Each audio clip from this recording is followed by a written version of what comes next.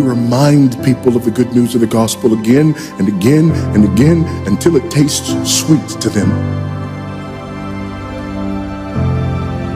When people say, no, our problem is this, our problem is that, we say, no, our problem is that God created the world. And God created man, and he put man in a garden to keep the garden, and he gave the man a command. And he held that man to perfect, perpetual obedience to that command. And he promised him life if he kept it, and death if he didn't. And he didn't keep it. He ate. And because he ate, because of that one man, sin entered the world, and death through sin. And everyone born from that man through ordinary generation inherited that man's sin nature. And because of that sin nature, sins proceed from it.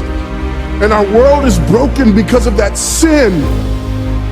And we stand guilty before a holy and righteous God.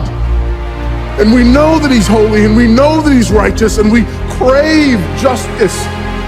But the problem is that if God gives us justice, we all die. And so that God, in his goodness and in his mercy, sent forth his son, who was not born of ordinary generation, but was born of a virgin. Yes, the virgin birth matters. Why?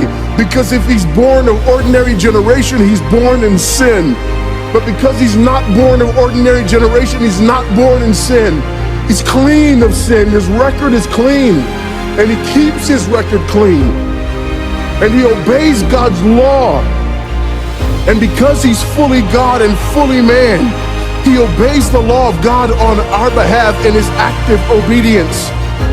And then in his passive obedience, God made him who knew no sin to be sin for us. All we like sheep had gone astray. Each of us had turned to his own way, but God laid upon him the iniquity of us all.